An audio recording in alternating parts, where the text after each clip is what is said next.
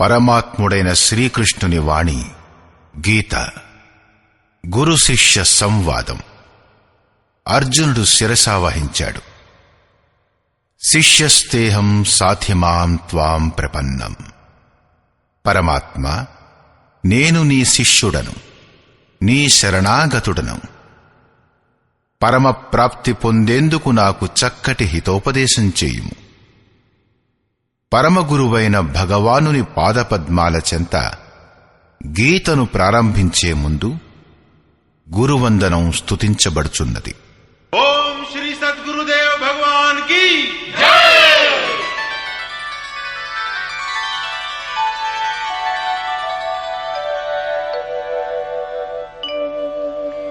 జయ సద్గురుదేవం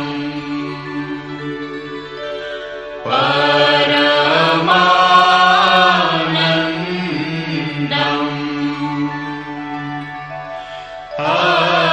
అమర శరీరం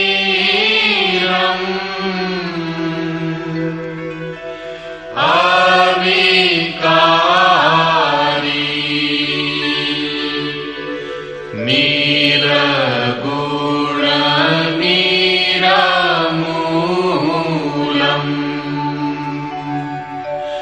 ధరీ స్థూలం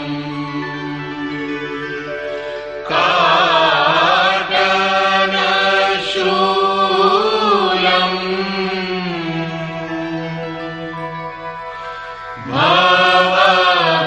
భవభారీ సూరత నిజ సోహం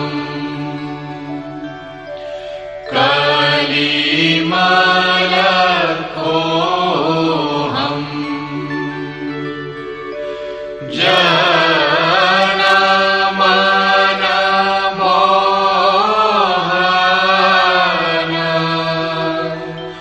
ఛవి భారీ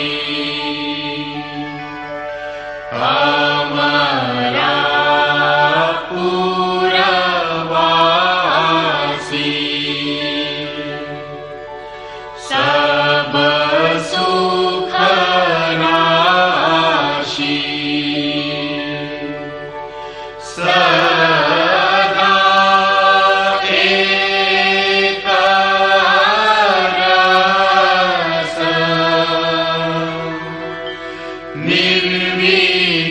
నిర్వికారి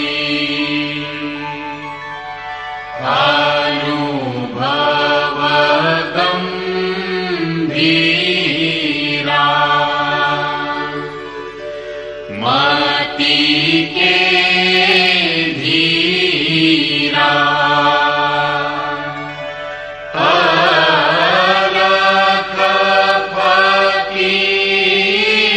ఫకీరా అవతారి యోగి అద్వైష్టా త్రికాల ద్రష్టా కేవల పద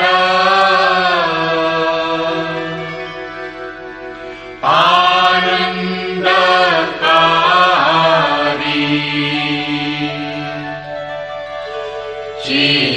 చిత్రకూట ఆయో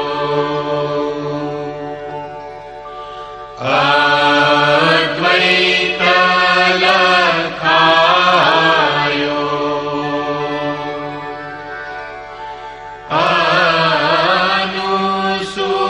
అనూసూయా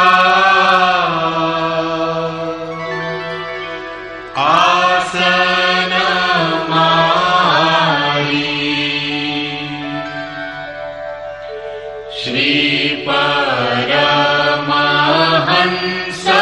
స్వామి అంతర్యా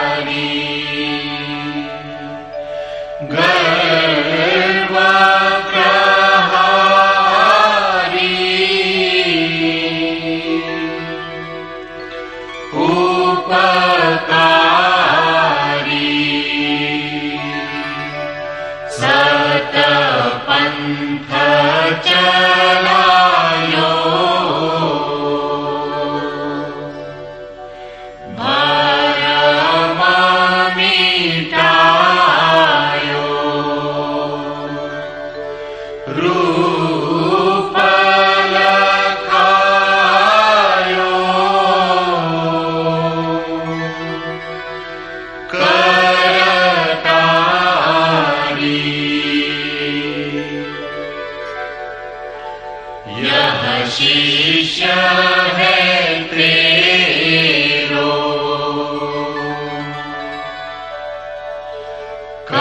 करतनी हो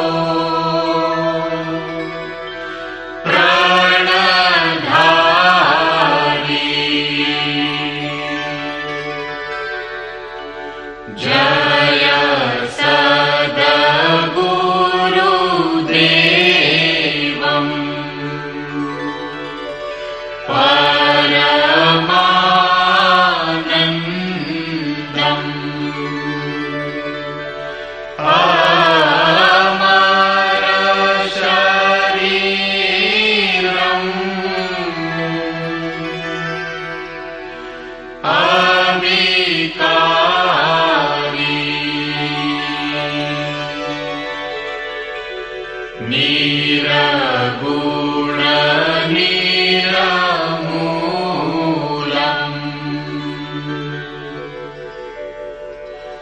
धरी स्थूलम् काटलशूलम्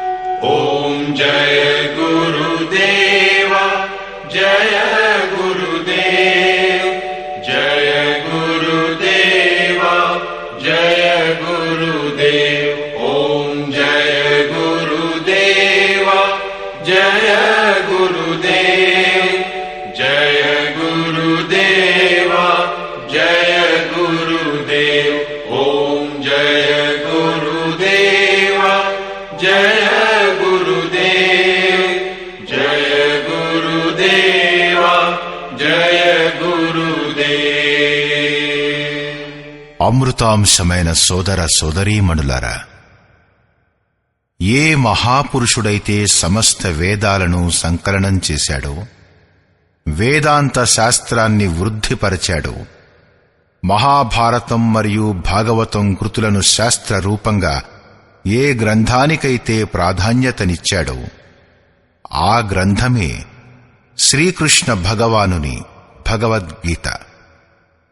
విభిన్న తరహాల పూజా పద్ధతులు, పరస్పర వైరుధ్య సంఘటనలు ధర్మం పేర ప్రచలితమైనవి. అయినా ధర్మం యొక్క లక్ష్యం ఒక్కటే, పరమాత్మ శోధన. కళ్యాణ స్వరూపుడైన పరమాత్మ ఒక్కడే. ఆయన్ని పొందే నిశ్చిత క్రియా పాలనా పద్ధతియే ధర్మం.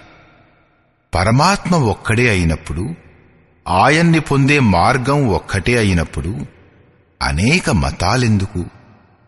ఈ సమాధానం కోసమే యథార్థ గీతా భావాంశపు ఈ గీతా ఆడియో సీడీ. ధర్మం యొక్క సరళ స్వరూపం మరియు దాన్ని పొందే విధానం క్రమబద్ధంగా ధృవీకరించిన క్రియా మరియు పూర్ణ వివరణ యోగేశ్వరుడైన శ్రీకృష్ణుని ఉపదేశమే గీత. సమస్త విశ్వ మహాపురుషులందరూ ఏ సాధనలు తెలియపరిచారో వాటన్నింటి నిగూఢ గోప్యమైన స్థితుల స్పష్టీకరణ కేవలం గీతలోనే ఉన్నాయి.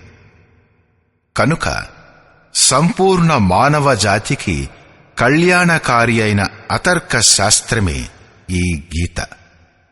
మహాభారతంలో సంకేతమయ్యింది. యుద్ధానికి కౌరవ పాండవ సేనలు ఎప్పుడైతే ఎదురెదురుగా నిలుచున్నారో, సంపూర్ణ నిశాచరులు కౌరవుల యందు ప్రవేశించారు మరియు సర్వదేవతలు పాండవుల యందు ప్రవేశించారు. ఈ కథనం ప్రకారం వ్యాస మహర్షి స్పష్టం చేశాడు. గీతయందలి పాత్రలు దేవతలు మరియు అసురులు ప్రతీకాత్మలని. ప్రతి మనిషి అంతఃకరణంలో దైవీ మరియు ఆసురి ఈ రెండు ప్రవృత్తులు అనాది కాలం నుండి ఉన్నాయి.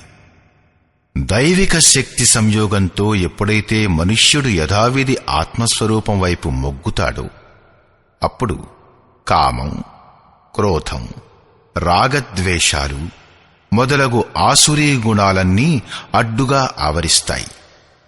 వాటి నుండి తప్పుకొని నెగ్గడమే వాస్తవిక యుద్ధం. అర్జునునికి వికల్పాలు అంటే ఆయన దృష్టిలో శ్రేయస్సుకై ఉపాయాలు మెలిగాయి.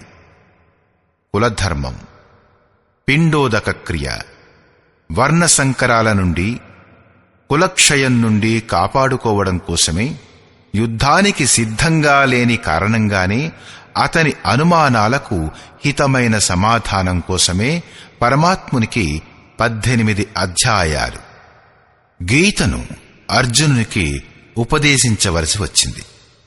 చివరిగా పరమాత్ముడడిగాడు, ఇప్పుడు నీకు మోహం నశించిందా అని. అప్పుడు అర్జునుడు ఒప్పుకున్నాడు, పూర్తిగా నా మోహం నశించింది అని. నీ ఆజ్ఞను నీ ఉపదేశం ప్రకారం శిరసా వహిస్తాను అన్నాడు. ఇది కేవలం అర్జునునికి కలిగిన అజ్ఞానం కాదు, మానవ మాతృలందరికీ వర్తించే శంకయే. ఏది శ్రేయస్సు, దాన్ని పొందడమెలా?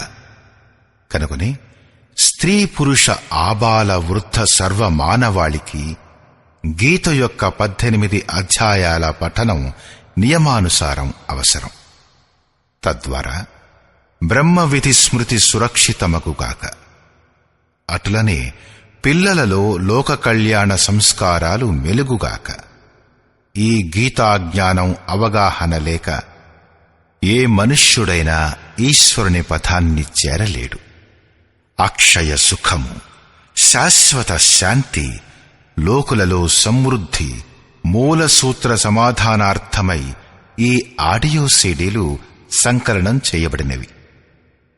వీటిని శ్రవణం చేయడం ద్వారా సంపూర్ణ పరివారం, స్వజన సముదాయం సంస్కారవంతులవుతారు. ప్రపంచంలో మనుష్యుడెక్కడున్నా సరే వారికై ఈ గీత సదైవ అమృతవాణి. గీత మనకు పరమశాస్త్రం.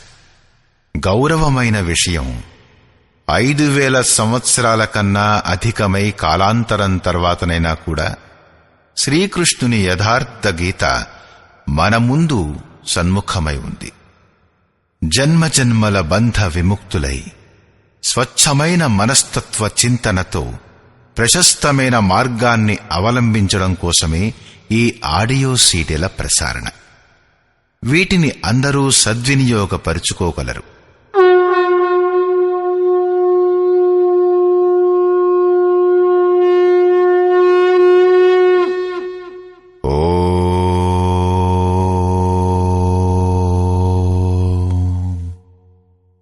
శ్రీ పరమాత్మనే నమః.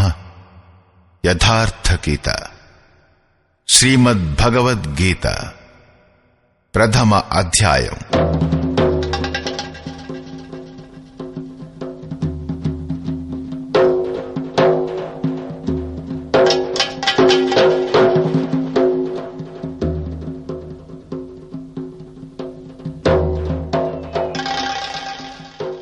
ధృతరాష్ట్ర ఉవాచ.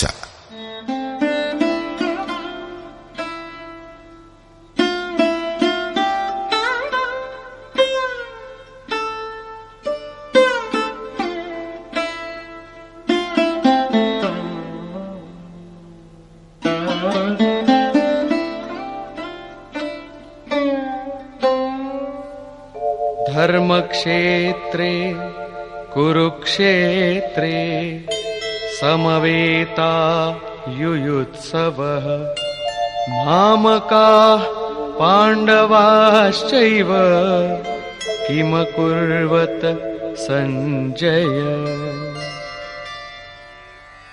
ధృతరాష్ట్రుడు సంజయుణ్ణి అడిగాడు, ఓ సంజయ, ధర్మక్షేత్రమైన కురుక్షేత్రంలో ఒక్క చోట చేరి యుద్ధం చేయు కోరిక గలవారైన నావారు మరియు పాండుపుత్రులు ఏం చేశారు?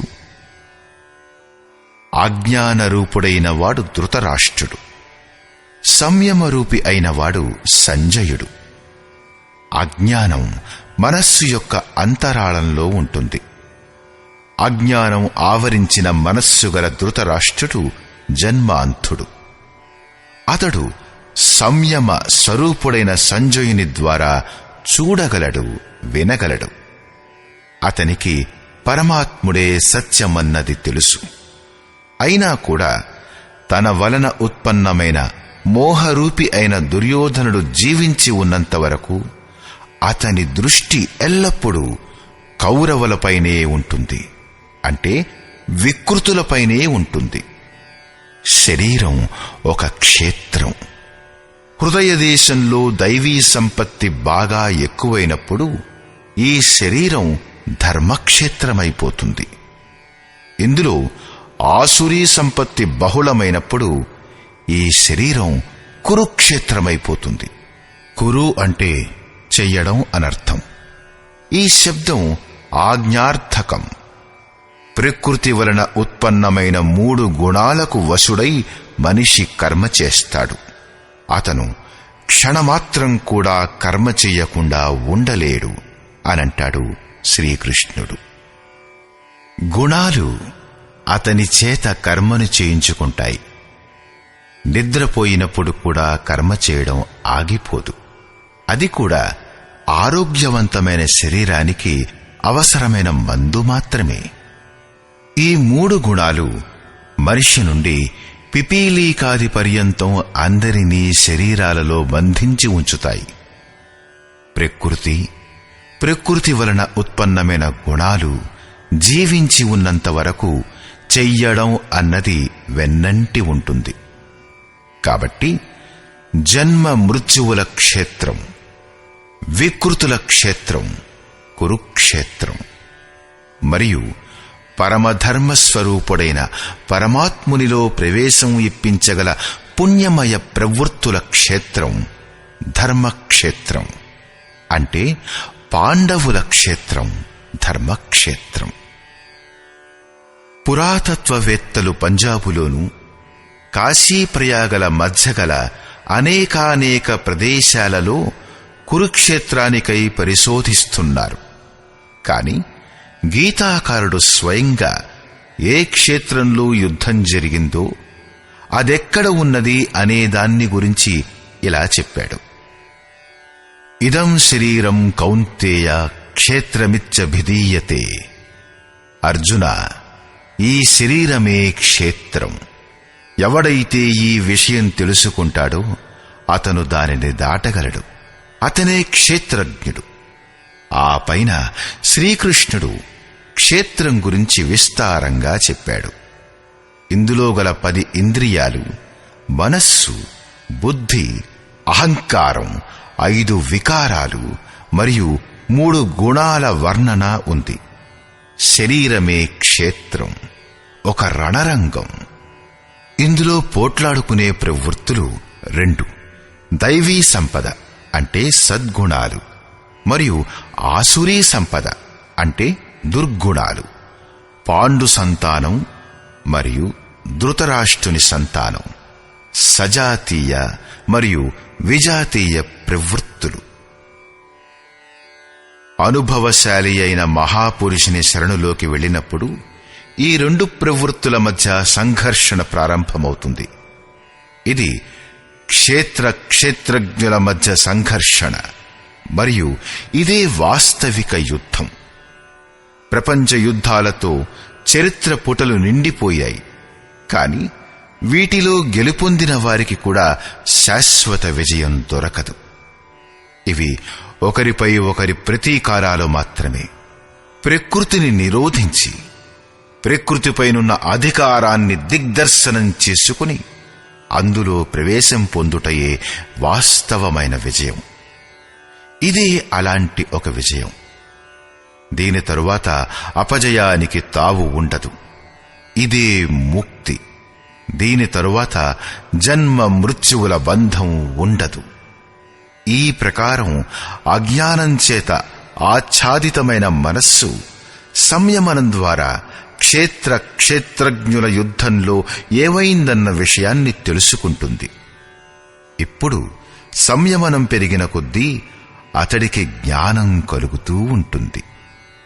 సంజయ ఉవాచ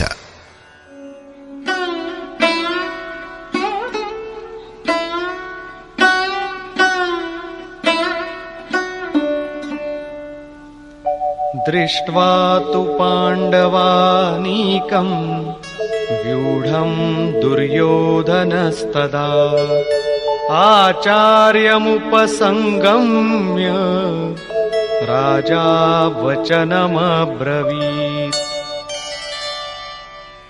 ఆ సమయంలో దుర్యోధనరాజు వ్యూహముగా పన్నియున్న పాండవుల సైన్యమును చూసి ద్రోణాచార్యుని సమీపించి ఈ విధంగా చెప్పాడు. ద్వైత ఆచరణమే ద్రోణాచార్యుడు. ఎప్పుడైతే మనం పరమాత్ముడి నుంచి వేరుపడ్డాము అన్న విషయం తెలుస్తుందో ఇదే ద్వైతం యొక్క భ్రాంతి. అప్పుడే అతని ప్రాప్తికై తపన మొదలవుతుంది. అప్పుడే మనం గురువు కొరకు వెదుగుతూ ఉంటాం. రెండు ప్రవృత్తుల మధ్య ఇదే ప్రాథమిక గురువు. ఆ తర్వాతి గురువు యోగేశ్వరుడైన శ్రీకృష్ణుడే అవుతాడు. అతడు యోగస్థితిని పొందినవాడు. రాజైన దుర్యోధనుడు ఆచార్యుని వద్దకు వెడతాడు. దుర్యోధనుడు మోహరూపుడు. మోహం అన్ని వ్యాధులకి మూలం. వాటికి రాజు దుర్యోధనుడు. దుర్ అంటే దూషితం, యోధన్ అంటే ఆధనం. ఆత్మిక సంపత్తియే స్థిర సంపత్తి. అందులో దోషాన్ని ఉత్పన్నం చేసేదే మోహం. ఇది ప్రకృతి వైపు ఆకర్షిస్తుంది మరియు వాస్తవికతను తెలుసుకోవడానికి కూడా ప్రేరణనిస్తుంది.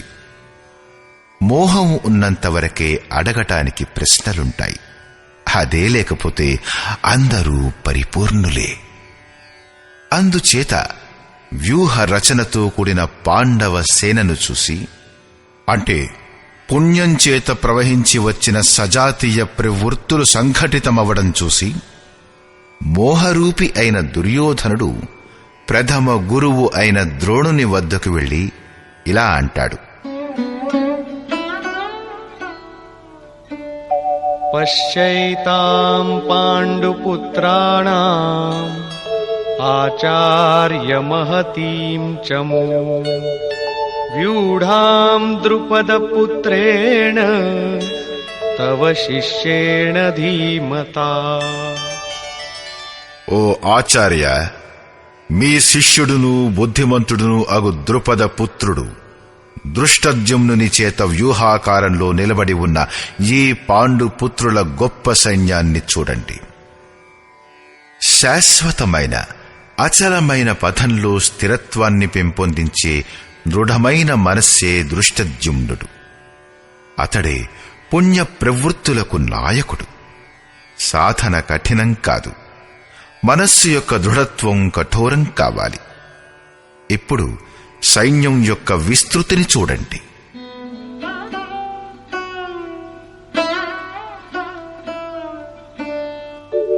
అత్ర శూరా మహేశ్వాసా భీమార్జున సమాయుధి యుయుధానో విరాటశ్చ ద్రుపదశ్చ మహారథః.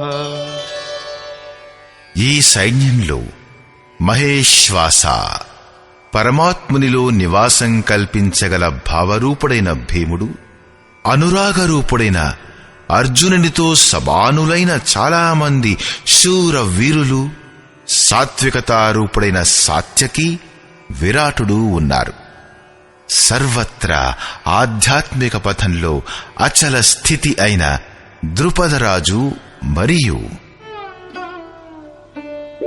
దృష్టకేతుశ్చేకితానః కాశీరాజశ్చ వీర్యవాన్ పురుజిత్ కుంతిభోజశ్చ शैब्यश्च नरपुङ्गवः దృష్టకేతు దృఢ కర్తవ్యం, చేకితానః ఎక్కడికి వెళ్ళినా సరే చిత్తమును తిరిగి లాగుకొని వచ్చి ఇష్టదైవంలో స్థిరపరచడం.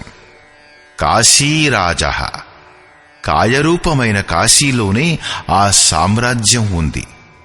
పురుజిత్ స్థూల సూక్ష్మ కారణ శరీరాలపై విజయం ఇప్పించేవాడు పురుజిత్. కుంతిభోజః కర్తవ్యం ద్వారా ఇహంపై విజయం సాధించేవాడు. నరులలో శ్రేష్ఠుడు శైబ్యుడు, అంటే సత్య వ్యవహారం కలవాడు. युधामन्युश्च विक्रान्तः उत्तमौजाश्च वीर्यवान् सौभद्रो द्रौपदेयाश्च सर्व एव महारथाः. మరియు పరాక్రమవంతుడైన యుధామన్యు, యుద్ధానికి అనుగుణంగా మనస్సు ధారణ చేయువాడు.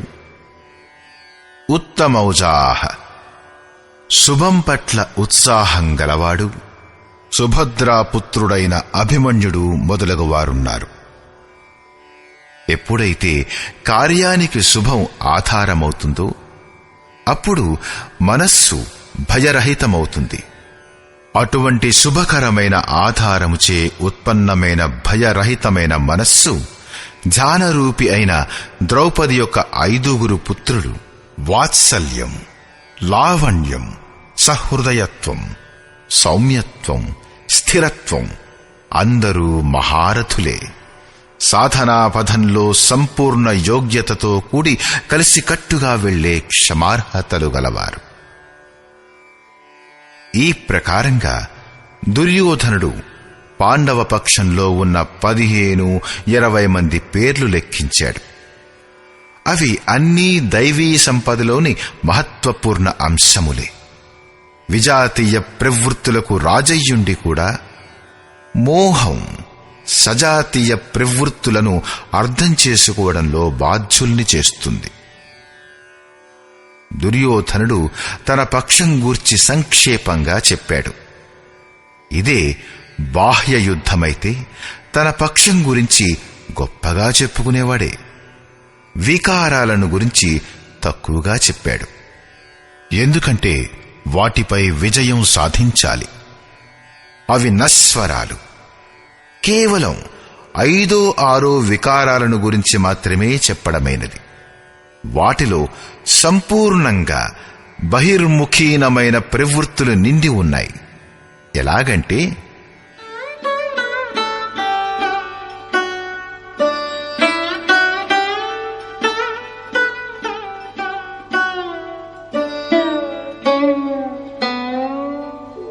अस्माकं तु विशिष्टाये तान्निबोध द्विजोत्तम नायका मम सैन्यस्य संज्ञार्थं तान् ब्रवीमि ते.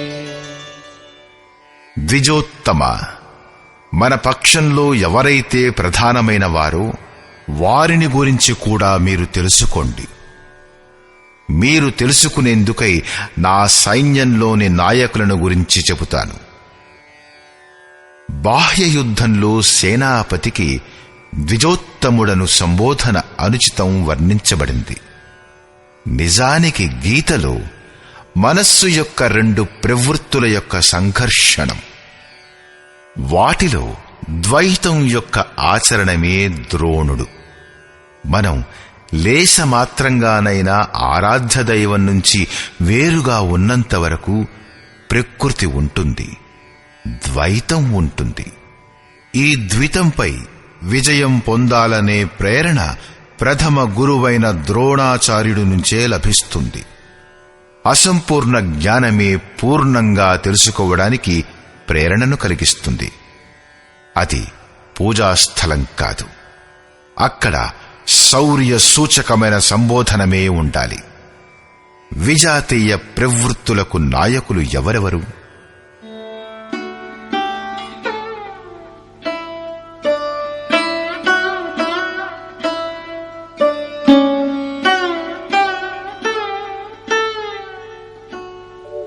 भवान् भीष्मश्च कर्णश्च कृपश्च समितिञ्जयः अश्वत्थामा विकर्णश्च सौमदत्तिस्तथैव च।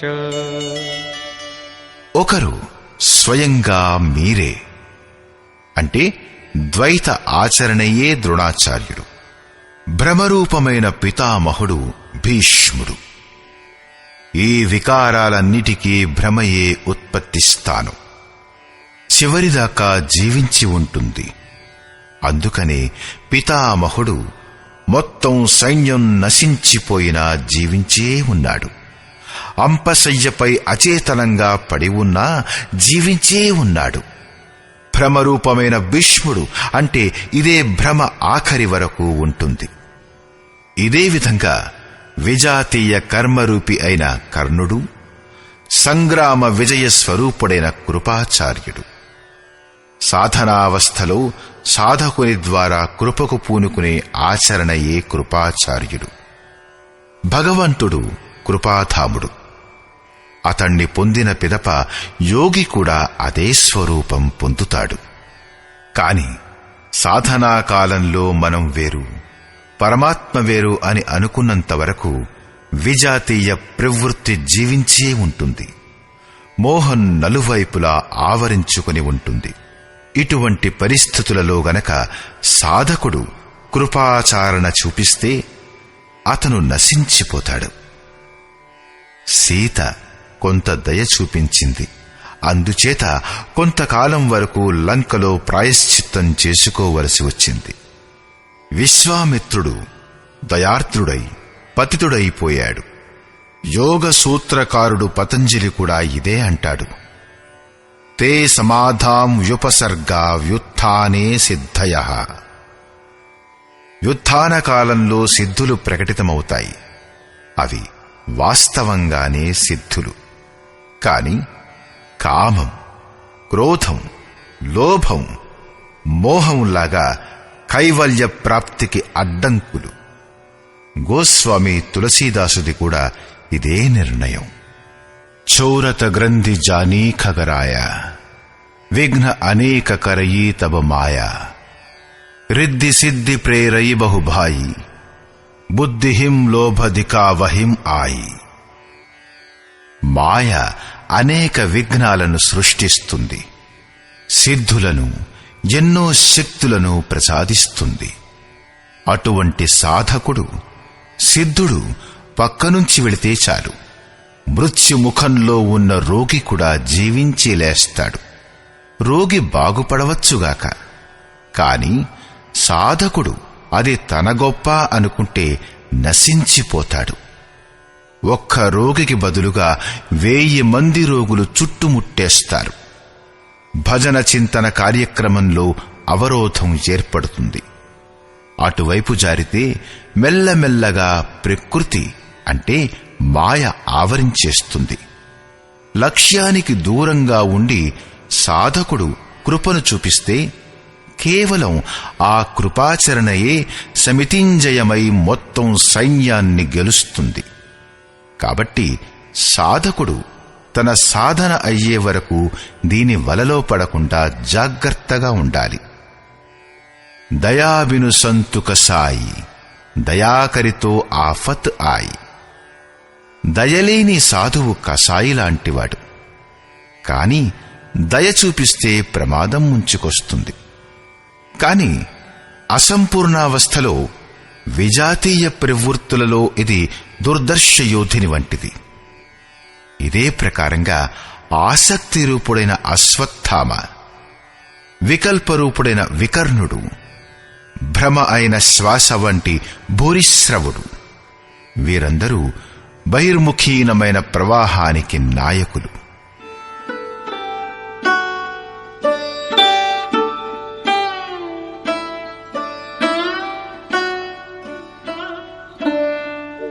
అన్యే చ బహవః శూరాః మదర్థే త్యక్తజీవితాః నానాశస్త్ర ప్రహరణాః సర్వే యుద్ధ విశారదాః.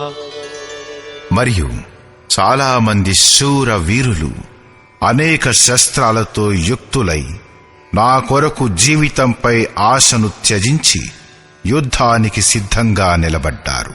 అందరూ నా కోసం ప్రాణాల్ని త్యాగం చేసేవారే, కాని వారి యొక్క సంఖ్యను సరిగ్గా లెక్కపెట్టలేదు.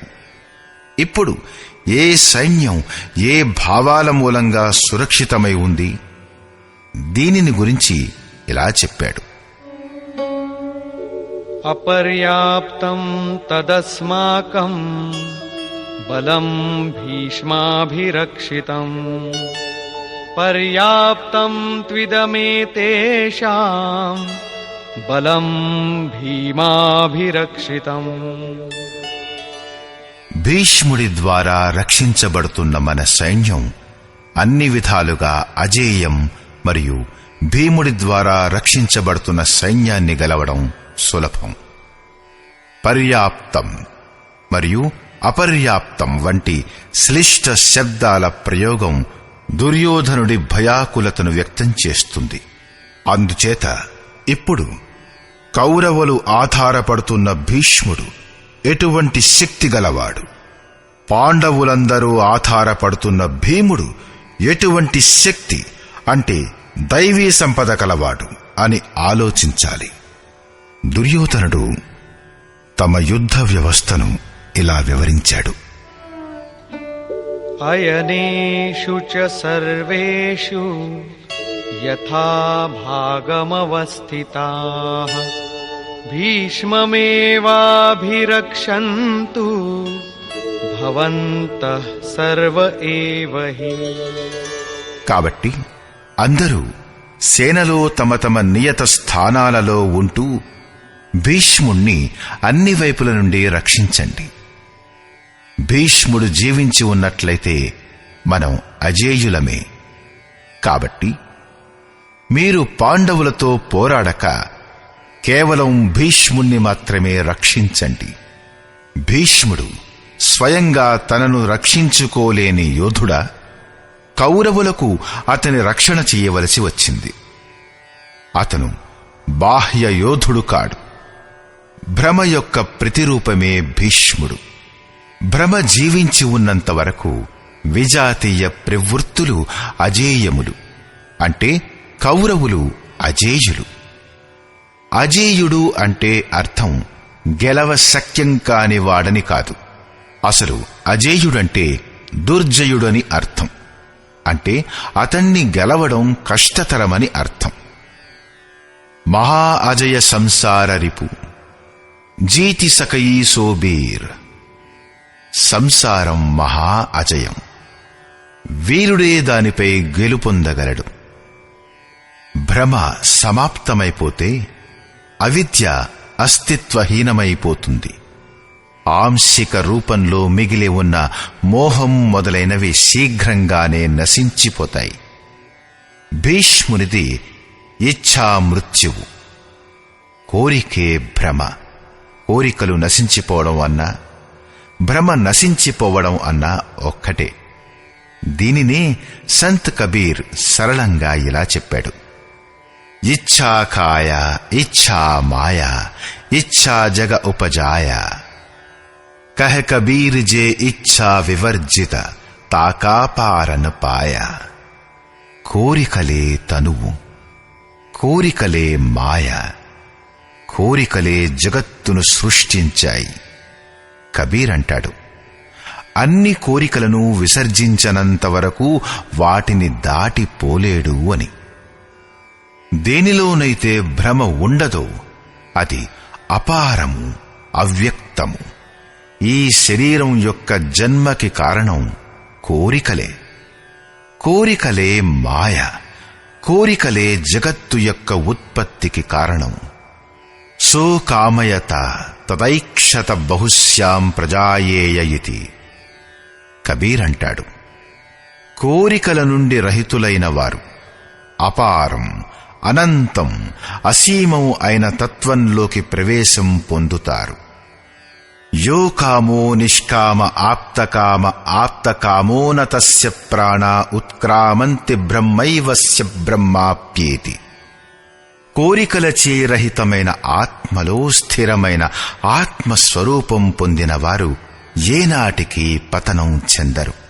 వారు బ్రహ్మలో లీనమైపోతారు. ఆరంభంలో అనంతమైన కోరికలు ఉంటాయి, కాని చివరకు పరమాత్ముని ప్రాప్తి అనే ఒకే ఒక కోరిక మిగిలి ఉంటుంది. ఈ కోరిక కూడా నెరవేరినప్పుడు కోరికలు కూడా నశించిపోతాయి. భగవంతుణ్ణి మించి ఏదైనా ఉంటే మీరు తప్పకుండా దానిని కోరుకుంటారు. అతని కంటే గొప్ప వస్తువు ఏదీ లేనప్పుడు మరి దేనికోసం కోరిక? పొందడానికి యోగ్యమైన వస్తువు ఏదైనా సరే అప్రాప్తంగా ఉండకపోతే అప్పుడు కోరికలు కూడా సమూలంగా నశించిపోతాయి. కోరికలు అణగారిపోగానే భ్రమ కూడా లేకుండా పోతుంది. ఇదే భీష్ముని యొక్క ఇచ్ఛా మృత్యువు అర్థం. ఈ ప్రకారంగా భీష్ముడి ద్వారా రక్షించబడుతున్న మన సైన్యం అన్ని విధాలా అజేయం. భ్రమ ఉన్నంతవరకే అవిద్యకు కూడా స్థానముంటుంది.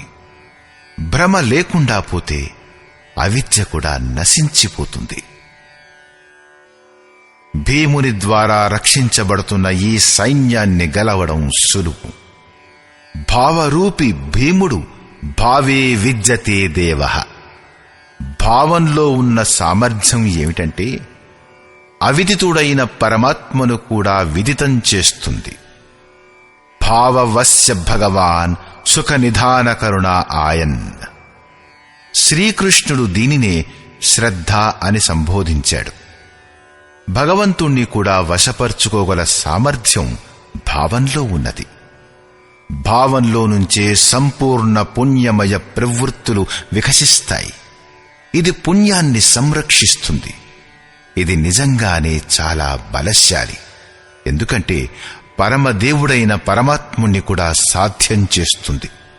కాని అంతే కోమలమైంది కూడా. ఈవేళ ఉన్న భావం రేపు అభావంలోకి మారడానికి ఎక్కువ వ్యవధానం పట్టదు. ఈరోజు మీరందరూ స్వామీజీ చాలా మంచివారు అని అనవచ్చు. రేపు మీరే గొణగవచ్చు, ఆయన పాయసం తింటూ ఉండగా మేం చూశాము అని. घास पात जे खात हैम तिन्हहीम सतावई काम दूध मलाई कात जे तिनकी जाने राम. ఆకులు అలములు తినే జంతువులు కామబాధలకు గురవుతాయి. పాలు మేగడలు మెక్కే వారి దుర్గతి ఆ దేవుడికే తెలియాలి. ఆరాధ్య దేవునిలో లేశమాత్రమేనా లోపం కనిపిస్తే భావము విహ్వలమైపోతుంది. పుణ్యమయ ప్రవృత్తులు విచలితమైపోతాయి. ఇష్టదైవంతో సంబంధం విడిపోతుంది. కాబట్టి భీముని ద్వారా రక్షించబడుతున్న ఈ సైన్యాన్ని గెలవడం సులభం. పతంజలి మహర్షి కూడా ఇదే చెప్పాడు. సతు దీర్ఘకాల నైరంతర్య సత్కారా సేవితో దృఢభూమి. దీర్ఘకాలం వరకు నిరంతరం శ్రద్ధాభక్తి పూర్వకంగా చేసే సాధనమే దృఢంగా ఉండగలుగుతుంది.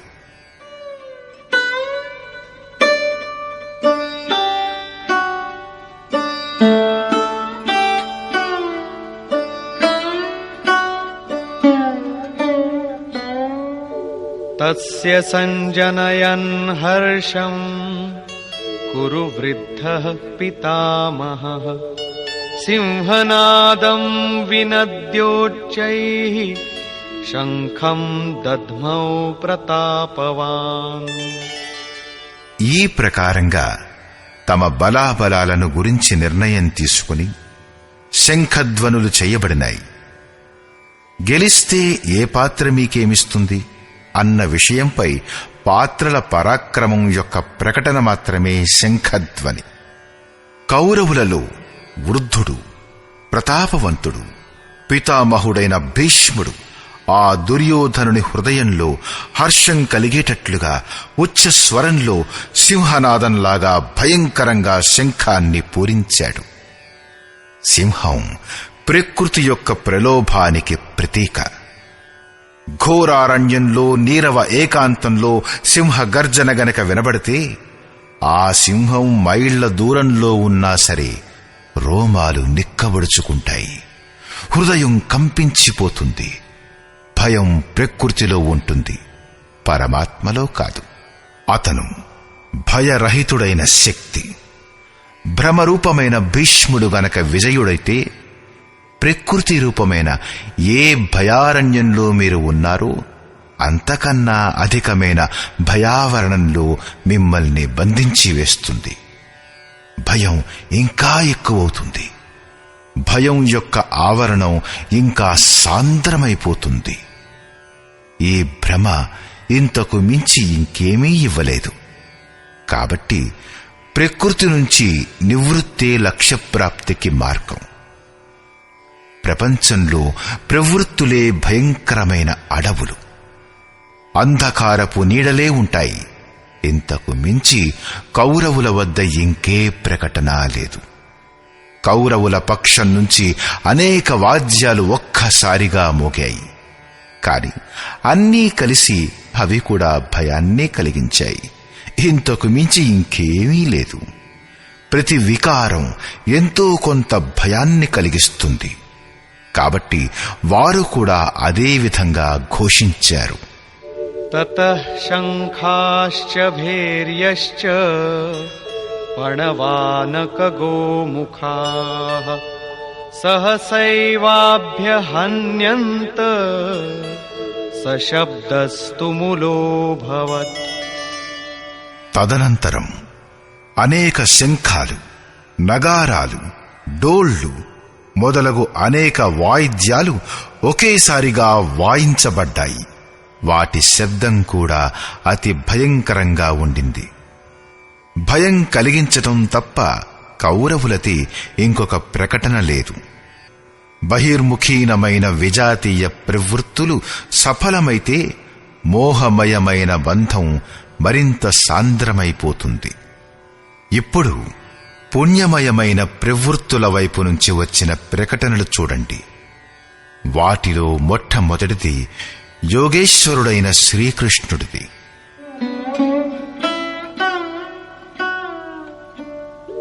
తతః శ్వేతైర్హయైర్యుక్తే మహతి స్యందనే స్థితౌ మాధవః పాండవశ్చైవ దివ్యౌ శంఖౌ ప్రదధ్మతు.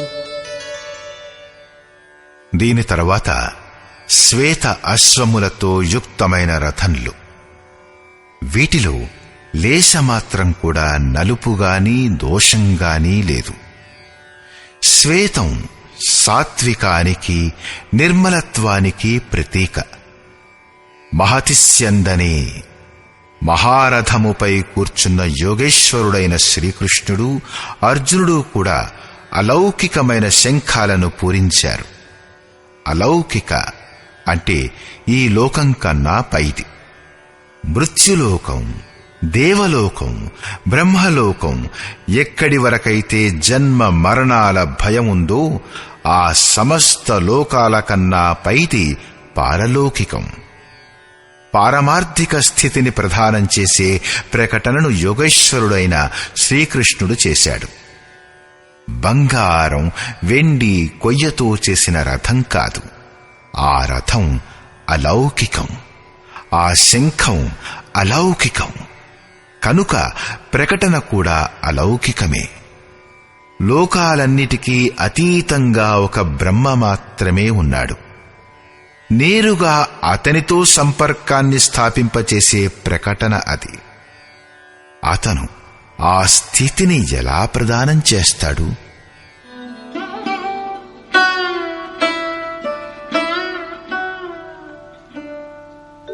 పాంచజన్యం హృషీకేశో దేవదత్తం ధనంజయః పౌండ్రం దధ్మౌ మహాశంఖం భీమకర్మావృకోదరః. హృషీకేశ, ఎవరైతే హృదయం యొక్క సంపూర్ణ జ్ఞానియో ఆ కృష్ణుడు పాంచజన్యం అనే శంఖాన్ని పూరించాడు. 5 జ్ఞానేంద్రియాలను 5 తన్మాత్రల రసాలతో, అంటే శబ్ద, స్పర్శ, రూప, రుచి, వాసన, ఈ రసాలతో సహా తన భక్త శ్రేణిలో చేర్చుకునే ప్రకటన చేశాడు. వికార రూపంతో దారి తప్పే ఇంద్రియాలను నిర్బంధించి వాటిని సేవకుని శ్రేణిలో నిలబెట్టడానికి హృదయంలో ప్రేరణ కలిగించటమే సద్గురువు చేసే దానం. శ్రీకృష్ణుడు ఒక యోగేశ్వరుడు, ఒక సద్గురువు. శిష్యశ్చేహం, భగవన్, నేను మీ శిష్యుడను. బాహ్య విషయ వస్తువులను వదిలి ధ్యానంలో ఒక్క ఇష్టదైవాన్ని తప్ప ఇంకొకరిని చూడకపోవడం, ఇంకొకటి వినకపోవడం, ఇంకొక దానిని స్పృశించకపోవడం, ఇవి సద్గురువు యొక్క అనుభవ సంచారం మీద ఆధారపడి ఉంటాయి. దేవదత్తం ధనంజయ, దైవీ సంపత్తిని అధీనం చేసుకోగల అనురాగమే అర్జునుడు. ఇష్టదైవానికి అనుగుణంగా మసలుకోవడం, దేనిలోనైతే విరహం, వైరాగ్యం, అశ్రుపాతం ఉంటాయో, గద్గద్గిరా నయన్బహనీరా, గద్గదమైన స్వరం, నయనముల నుండి కన్నీళ్ల ప్రవాహం. ఎక్కడైతే రోమాంచకం ఉంటుందో, ఇష్టదైవాన్ని తప్పించి అన్య విషయ వస్తువులు లేశమాత్రం కూడా గుర్తుకు రాకపోతాయో దానిని అనురాగం అంటారు. ఇదే గనక సఫలమైతే పరమదేవుడైన పరమాత్మునిలో ప్రవేశం ఇప్పించే దైవీ సంపదపై ఆధిపత్యం ప్రాప్తిస్తుంది. దీనికే 2వ పేరు ధనంజయుడు. ఒక ధనం బాహ్య సంపత్తి. దీని వలన శరీర పోషణ జరుగుతుంది. ఆత్మకు దీనితో ఎటువంటి సంబంధమూ లేదు. దీనిని మించిన స్థిర ఆత్మిక సంపత్తే నిజమైన సంపద. బృహదారణ్యకోపనిషత్తులో యాజ్ఞవల్క్యుడు మైత్రీయికి ఇదే బోధించాడు. ధనంతో సంపన్నమైన పృథ్వీపై ఆధిపత్యం వల్ల కూడా అమృతతత్వ ప్రాప్తి రాజాలదు. దానికి ఒకే ఒక ఉపాయం, ఆత్మిక సంపద మాత్రమే. భయానకమైన కర్మలు చేసే భీమసేనుడు పౌండ్రం అంటే ప్రీతి అనే పేరుగల మహాశంఖాన్ని పూరించాడు. భావం యొక్క ఉద్గమ నివాస స్థానం హృదయం. కాబట్టి దీని పేరు వృకోదరం. మీ యొక్క భావం, ఆసక్తి పిల్లలపై ఉంటుంది. కాని వాస్తవానికి ఆ ప్రేమ మీ హృదయంలో ఉంటూ మీ పిల్లల్లో మూర్తీభవిస్తుంది. ఈ భావం మహాబలవత్తరమైనది. అదే ప్రీతి అనే పేరుగల మహాశంఖాన్ని పూరించింది. భావంలోనే ఈ ప్రీతి నిహితమై ఉంటుంది. కాబట్టి భీముడు ప్రీతి పేరుగల మహాశంఖాన్ని పూరించాడు. భావం మహత్తరమైన బలశాలి. కాని దాని సంచారం ప్రీతి ద్వారానే జరుగుతుంది. హరివ్యాపక సర్వత్ర సమాన.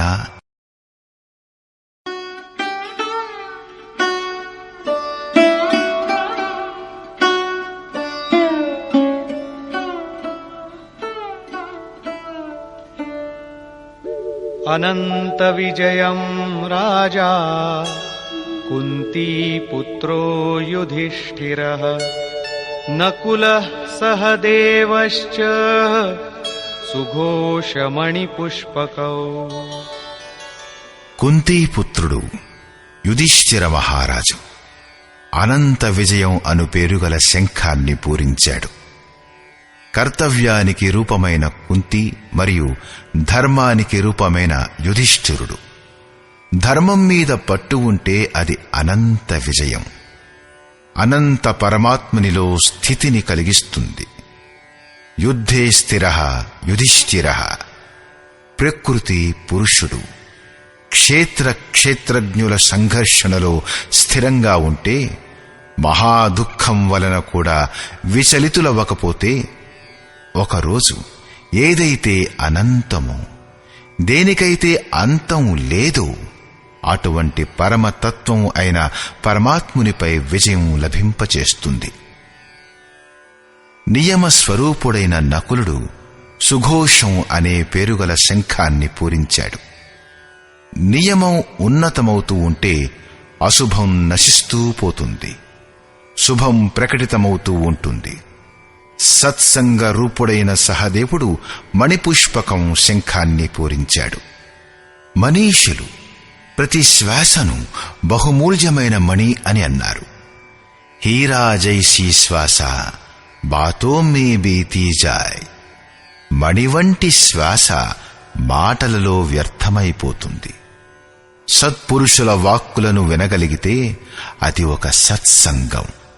కాని యథార్థమైన సత్సంగం ఆంతరికమైనది. శ్రీకృష్ణుని వాక్కుల ప్రకారం ఆత్మయే సత్యం, సనాతనం. చిత్తం అన్ని వైపుల నుంచి కూడా కట్టుబడి ఆత్మతో సాంగత్యం చేస్తే అదే వాస్తవిక సత్సంగం. ఈ సత్సంగం చింతన, ధ్యానం మరియు సమాధితుల అభ్యాసం ద్వారా లభిస్తుంది. సత్యం సాన్నిధ్యంలో ధ్యానం పట్టుబడిన కొద్దీ ఒక్కొక్క శ్వాసపైన అధికారం లభిస్తూ ఉంటుంది. మనస్సుతో సహా ఇంద్రియాలు నిరోధించబడుతూ ఉంటాయి. ఏ రోజైతే అవి పూర్తిగా నిరోధించబడతాయో అప్పుడు అసలు వస్తువు ప్రాప్తిస్తుంది. వాద్య యంత్రాలలాగా చిత్తం ఆత్మతో, స్వరంతో స్వరం కలిపి మిళితమైపోవడమే సత్సంగం. భౌతికమైన మణి కఠినమైనది, కాని శ్వాస అనే మణి పుష్పం కంటే కూడా కోమలమైనది. పుష్పం పూర్తిగా వికసించిన తరువాత, లేకపోతే కోసిన తర్వాతనే వాడిపోతుంది. కాని మీరు తరువాతి శ్వాస వరకు జీవించి ఉంటారనే గ్యారెంటీ ఇవ్వలేరు. కాని సత్సంగం సఫలమైతే అది ప్రతి శ్వాసపై అధికారాన్నిచ్చి పరమ లక్ష్య ప్రాప్తి కలిగిస్తుంది. దీని తరువాత పాండవుల నుంచి మరింకే ప్రకటన లేదు. కాని ప్రతి సాధనం నిర్మలత్వం యొక్క మార్గంలో ఎంతో కొంత దూరం నడిపిస్తుంది. ఆ తరువాత ఇలా అంటారు: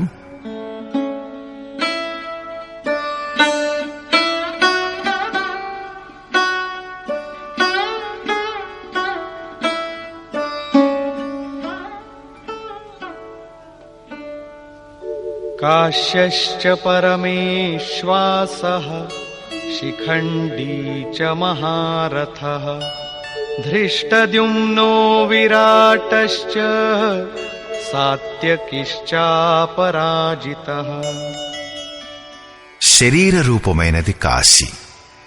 ఎప్పుడైతే పురుషుడు అన్ని వైపుల నుండి మనస్సుతో సహా ఇంద్రియాల్ని కూడగట్టుకుని కాయంలోనే కేంద్రీకృతమవుతాడో అప్పుడు పరమేశ్వాస, పరమాత్మునిలో నివసించడానికి అధికారవుతాడు. పరమాత్మునిలో నివాసం ఇప్పించగల సామర్థ్యం గల కాయమే కాశీ. కాయంలోనే పరమాత్ముని నివాసం. పరమేశ్వాస అంటే అర్థం శ్రేష్టమైన ధనస్సు గలవాడని కాదు. పరమ ప్లస్ ఈశ ప్లస్ వాస అని ఆ సమాసానికి అర్థం. శిఖాసూత్రం యొక్క త్యాగమే శిఖండి. ఈ రోజుల్లో మనుష్యులు తలపై జుట్టును గొరిగించుకుని సూత్రం పేరు మీద మెడలోని జంధ్యాన్ని తొలగించేసి అగ్నిని ప్రజ్వలించడం అంటే హోమం చేయడం మానేస్తారు. దానితో వారి సన్యాసం పూర్తయిపోయింది. అలా కానే కాదు. వాస్తవానికి శిఖ మీరు పొందవలసిన లక్ష్యానికి ప్రతీకం మరియు సూత్రం సంస్కారాలకు ప్రతీకం. ఎప్పటి వరకు పరమాత్ముని పొందడం మిగిలి ఉందో సంస్కారాల సూత్రం తగులుకుని ఉంది. మరి ఇక త్యాగం ఎలా సాధ్యపడుతుంది? సన్యాసం ఎలా సంభవమవుతుంది? ఇంకా అతడు పథికుడే. ఎప్పుడైతే ప్రాప్తవ్యం లభించిపోతుందో, తగులుకొని ఉన్న సంస్కారాల సూత్రం తెగిపోతుందో, అటువంటి పరిస్థితిలో భ్రమ పూర్తిగా లుప్తమైపోతుంది. కాబట్టి శిఖండియే భ్రమకు ప్రతిరూపమైన భీష్ముణ్ణి నాశనం చేయగలడు. శిఖండి చింతనాపథంలో ఒక విశిష్ట యోగ్యత గల మహారథికుడు.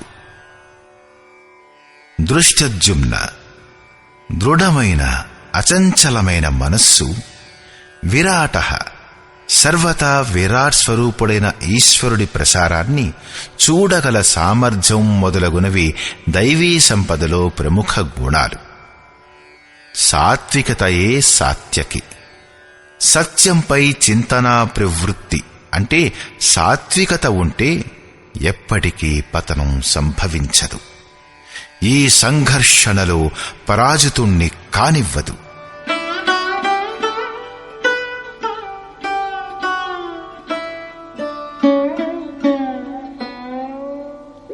ద్రుపదో ద్రౌపదేయాశ్చ సర్వశః పృథివీపతే సౌభద్రశ్చ మహాబాహుః శంఖాన్ దద్ముః పృథక్ పృథక్.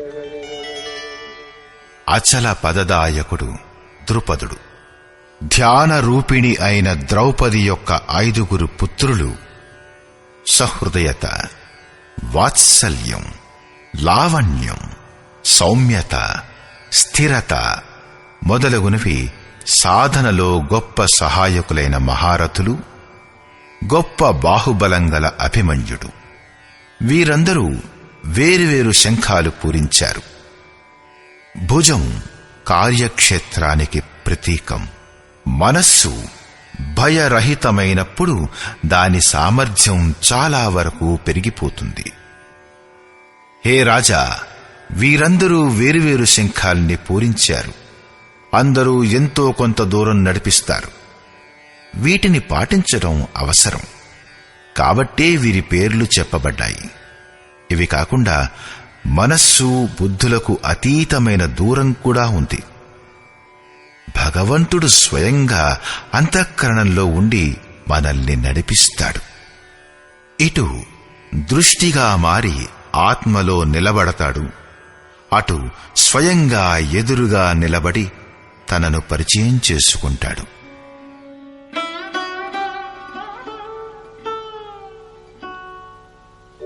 సఘోషోధార్తరాష్ట్రాణాం హృదయాని వ్యదారయత్ నభశ్చ పృథివీం చైవ తుములో వ్యనునాదయన్.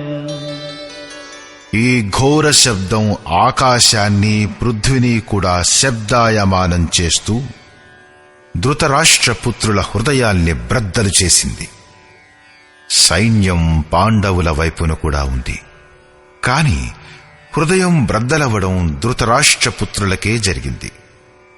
వాస్తవానికి పాంచజన్యం, దైవీ శక్తిపై ఆధిపత్యం, అనంతంపై విజయం, అశుభాల శమనం, శుభాల ప్రకటన వరుసక్రమంగా జరుగుతూ ఉంటే కురుక్షేత్రం, ఆసురీ సంపద, బహిర్ముఖీన ప్రవృత్తుల హృదయం బ్రద్దలవుతుంది. వాటి బలం మెల్లిమెల్లిగా క్షీణిస్తూ ఉంటుంది. పూర్తిగా సాఫల్యం లభించినప్పుడు మోహమయ ప్రవృత్తులు శమితమైపోతాయి.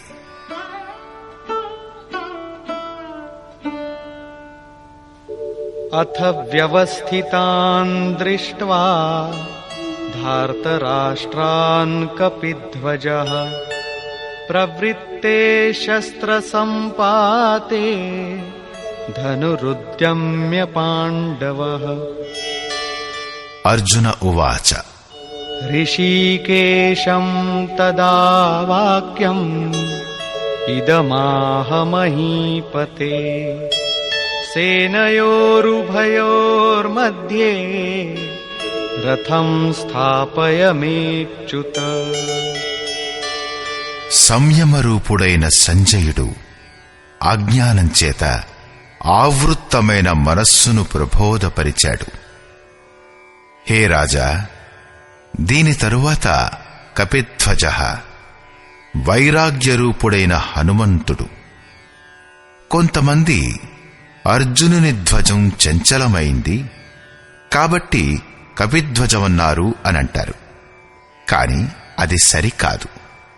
ఇక్కడ కపి సాధారణమైన కోతి కాదు, స్వయంగా హనుమంతుడు.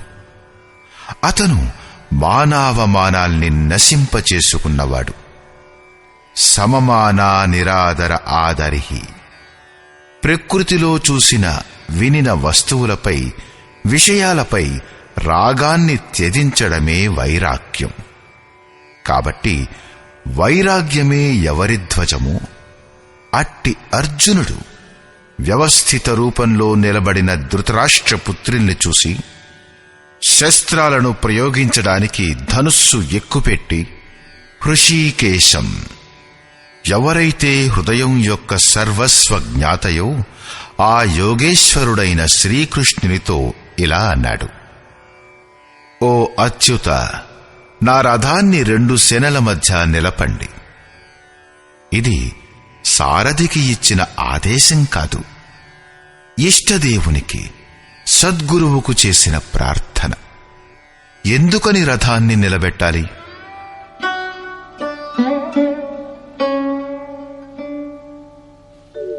యావదేతాన్నిరీక్షేహం యోద్ధుకామానవస్థితాన్ కైర్మయా సహ యోద్ధవ్యం అస్మిన్ రణసముద్యమే.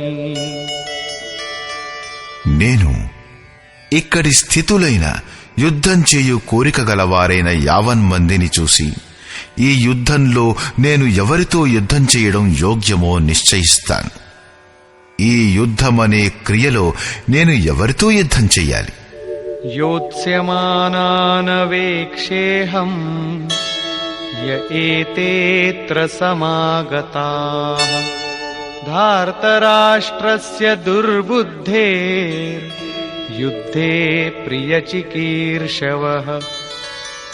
దుర్మార్గుడైన దుర్యోధనుడికి యుద్ధంలో మంచి జరగాలనుకుంటూ ఏ రాజులైతే ఈ సేనలో చేరారో యుద్ధం చేసే కోరిక గల అటువంటి వారిని నేను చూస్తాను. అందుకై రథాన్ని నిలబెట్టండి. మోహరూపుడైన వారు దుర్యోధనాదులు. మోహమయ ప్రవృత్తుల మంచి కోరి ఏ రాజులు ఈ యుద్ధం చేయవచ్చారో వారిని నేను చూస్తాను. సంజయ ఉవాచ.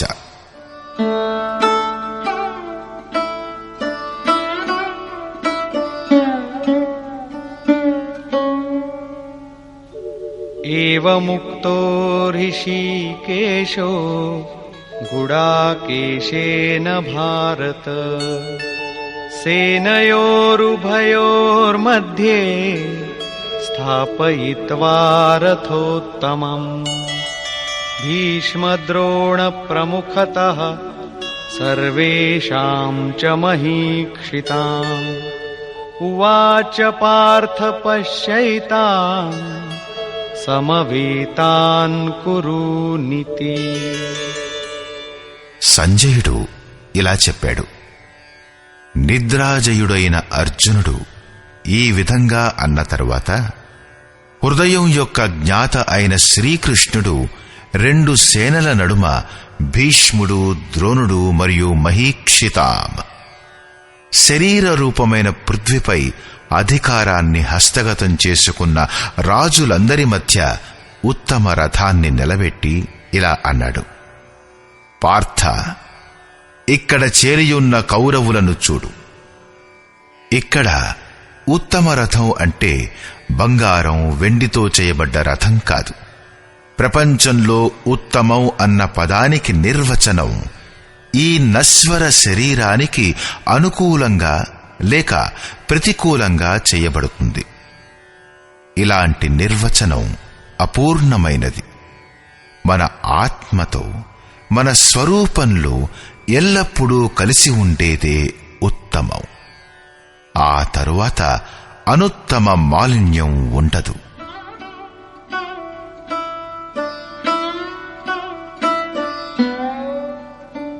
తత్రాపశ్యత్ స్థితాన్ పార్థః పితॄనథ పితామహాన్ ఆచార్యాన్ మాతులాన్ భ్రాతృన్ పుత్రాన్ పౌత్రాన్ సఖీంస్తథా శ్వశురాన్ సుహృదశ్చైవ సేనయోరుభయోరపి. దీని తరువాత గురితప్పని లక్ష్యం గలవాడు, పార్థివ శరీరాన్ని రథంగా మార్చుకున్న పార్థుడు ఆ రెండు సేనలలో ఉన్న తండ్రి యొక్క అన్నదమ్ములను, పితామహులను, ఆచార్యులను, మామలను, అన్నదమ్ములను, పుత్రులను, పౌత్రులను, మిత్రులను, మామగార్లను చూశాడు. రెండు సేనలలోనూ అర్జునుడికి కేవలం తన కుటుంబం, మామల కుటుంబం, మామగారి కుటుంబం, మిత్రులు మరియు గురుజనులు కనిపించారు. ఆనాటి లెక్కల ప్రకారంగా 18 అక్షౌహిణీల సేన ఇంచుమించు 40 లక్షలవుతుంది. కాని ఈనాటి లెక్కల ప్రకారం అది ఇంచుమించు 650 కోట్లవుతుంది. అది ఈనాటి ప్రపంచ జనసంఖ్యకు సమానమైనది. ఇంతమందికి ప్రపంచ స్థాయిలోనే ఉండడానికి ఇళ్ళు, తినడానికి తిండి సమస్య అయిపోతుంది. ఇంత పెద్ద జనసమూహం అర్జునుడి 3-4 బంధువుల కుటుంబాలు మాత్రమే. ఎవరికైనా ఇంత పెద్ద కుటుంబం ఉంటుందా? అసంభవం. ఇది హృదయ దేశ చిత్రణ మాత్రమే.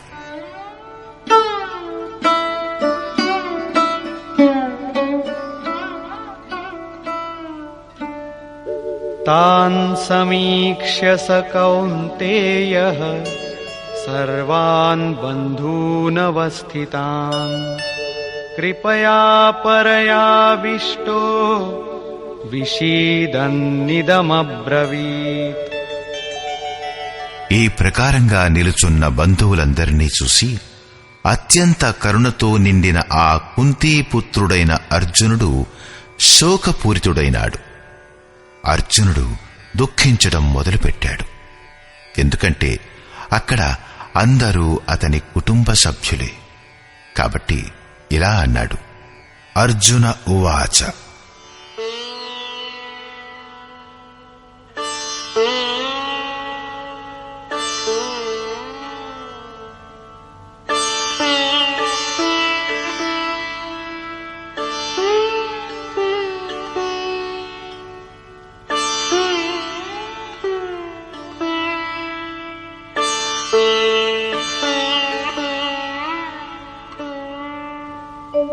దృష్ట్వేమం స్వజనం కృష్ణ యుయుత్సుం సముపస్థితం సీదంతి మమ గాత్రాణి ముఖం చ పరిశుష్యతి వేపథుశ్చ శరీరే మే రోమహర్షశ్చ జాయతే. హే కృష్ణ, యుద్ధం చేయ కోరిక కలిగి నిలుచున్న ఈ స్వజన సముదాయాన్ని చూసి నా అంగాలన్నీ శిథిలమైపోతున్నాయి. నోరు ఎండిపోతున్నది. నా శరీరం వణుకుతూ రోమాంచితమైపోతున్నది. ఇంతేకాదు, గాండీవం స్రౌసతే హస్తాత్ త్వక్చైవ పరిదహ్యతే న చ శక్నోమ్యవస్థాతుం భ్రమతీవ చ మే మనః. చేతిలో నుంచి గాంధీవం జారిపోతున్నది. చర్మం జ్వలించిపోతున్నది. అర్జునుడికి జ్వరంలాగా వచ్చింది. ఇదేం యుద్ధం? ఇందులో అంతా స్వజనులే ఉన్నారని సంతాపం కలిగింది. అర్జునుడికి భ్రమ కలిగింది. అతను ఇలా అన్నాడు, ఇప్పుడు నిలబడటానికి కూడా అసమర్థుణ్ణైపోతున్నాను. ఇంకా ముందుకు చూడటానికి సామర్థ్యం లేదు. నిమిత్తాని చ పశ్యామి విపరీతాని కేశవ న చ శ్రేయోను పశ్యామి హత్వా స్వజనమాహవే. హే కేశవ, ఈ యుద్ధపు లక్షణాలు కూడా విపరీతంగానే కనిపిస్తున్నాయి. యుద్ధంలో మన కులాన్ని చంపి పరమ కళ్యాణాన్ని కూడా చూడలేకపోతున్నాను. కులాన్ని నశింపచేస్తే కళ్యాణమెలా సాధ్యపడుతుంది?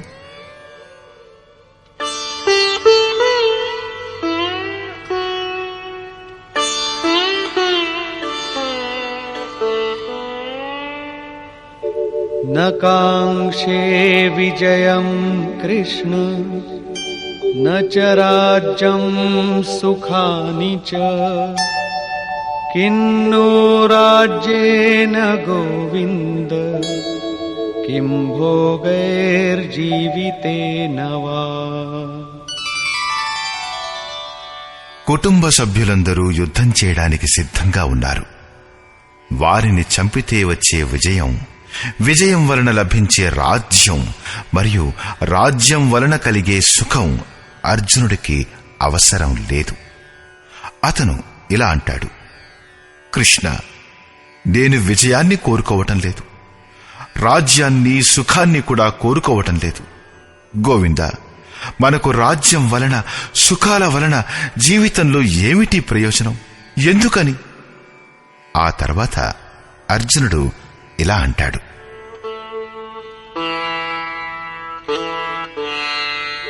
యేషామర్థే కాంక్షితం నో రాజ్యం భోగాః సుఖాని చ తైమేవ స్థితా యుద్ధే ప్రాణాన్ త్యక్త్వా ధనాని చ. మనం ఎవరి కోసమైతే రాజ్యం సుఖం మొదలైనవి కోరుకున్నామో ఆ కుటుంబ సభ్యులే జీవితంపై ఆశను త్యజించి యుద్ధానికై రణరంగంలో నిలబడ్డారు.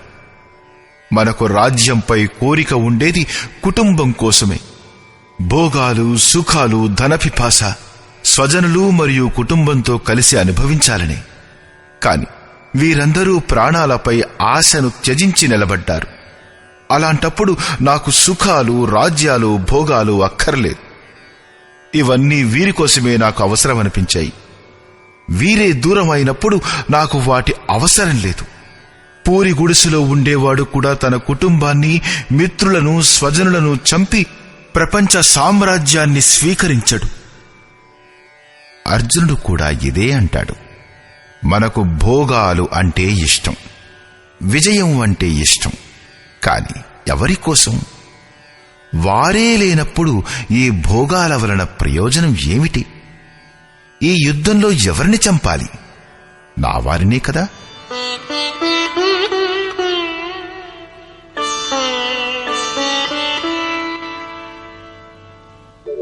ఆచార్యాః పితరః పుత్రాః తథైవ చ పితామహాః మాతులాః శ్వశురాః పౌత్రాః శాలాః సంబంధినస్తథా. ఈ యుద్ధంలో ఉన్న వారందరూ పెదనాన్నలు, చిన్నాన్నలు, కొడుకులు, తాతలు, మేనమామలు, మామగారులు, మనుమలు, బావమరుదులు, బంధువులే ఉన్నారు.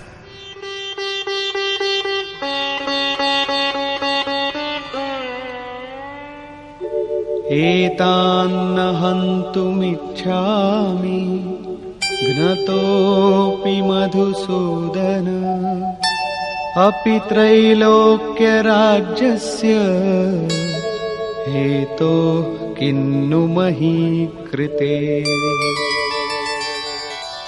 హే మధుసూదన, నన్ను చంపినా సరే ఈ ముల్లోకాలపై ఆధిపత్యం కోసం కూడా నేను వీరందరినీ చంపలేను. అలాంటప్పుడు ఇహ ఈ పృథ్వీ కోసమా? 18 అక్షౌహిణీల సేనలో అర్జునుడికి తన కుటుంబం వారే కనిపించారు. ఇంతమంది స్వజనుల వాస్తవానికి ఏమిటిది?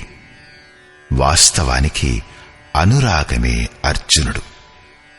సాధన ప్రారంభంలో ప్రతి అనురాగవంతుడికి ఇదే సమస్య ఎదురవుతుంది.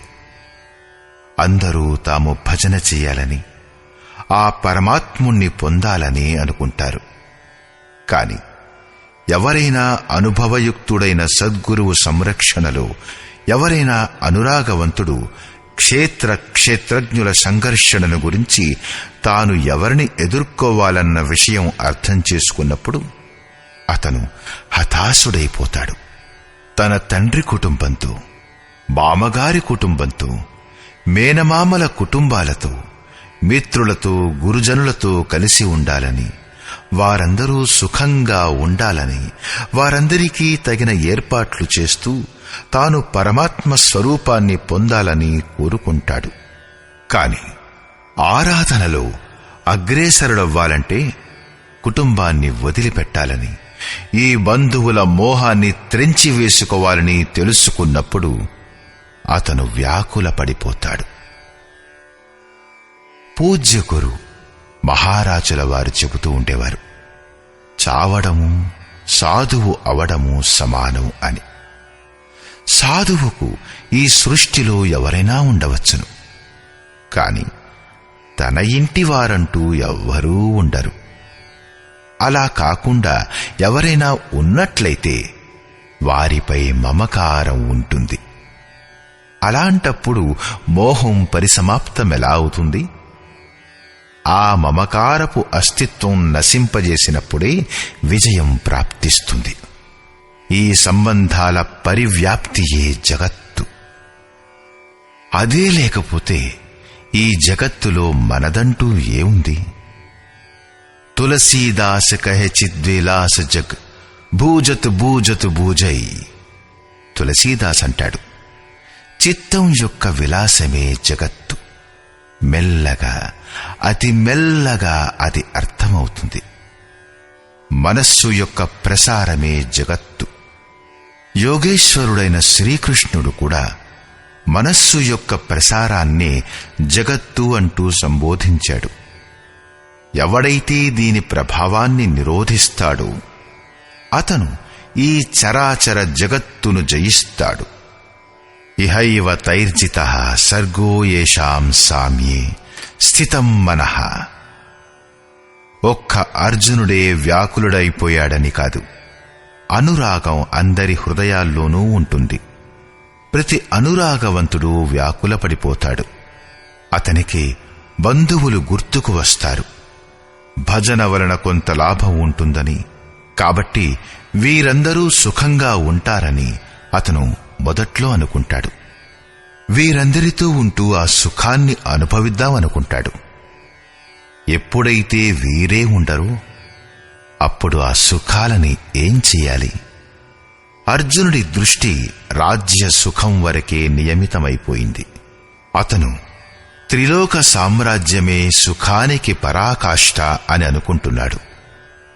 ఇంతకు మించిన సత్యం కూడా ఒకటుంది. దానిని గురించి అర్జునుడికి ప్రస్తుతం తెలియదు.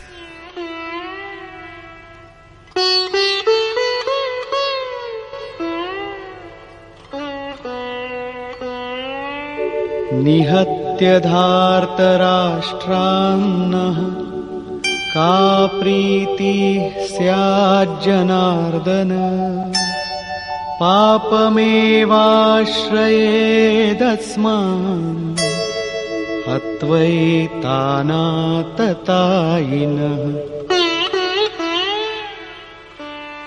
హే జనార్దన, ధృతరాష్ట్రుని పుత్రులను చంపితే మాకు ఆనందం ఎలా కలుగుతుంది? ధృతరాష్ట్ర అంటే దృష్టత యొక్క రాష్ట్రం అని అర్థం.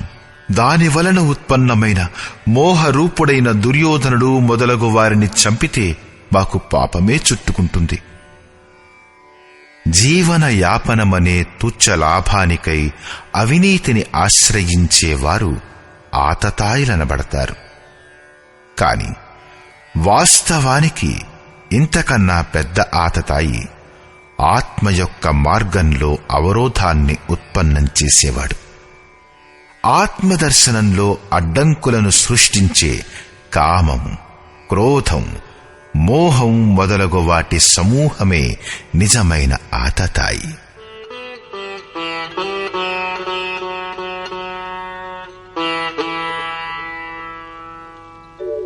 తస్మాన్నార్హా వయం హంతుం ధార్తరాష్ట్రాన్ స్వబాంధవాన్ స్వజనం హి కథం హత్వా సుఖినః స్యామ మాధవ.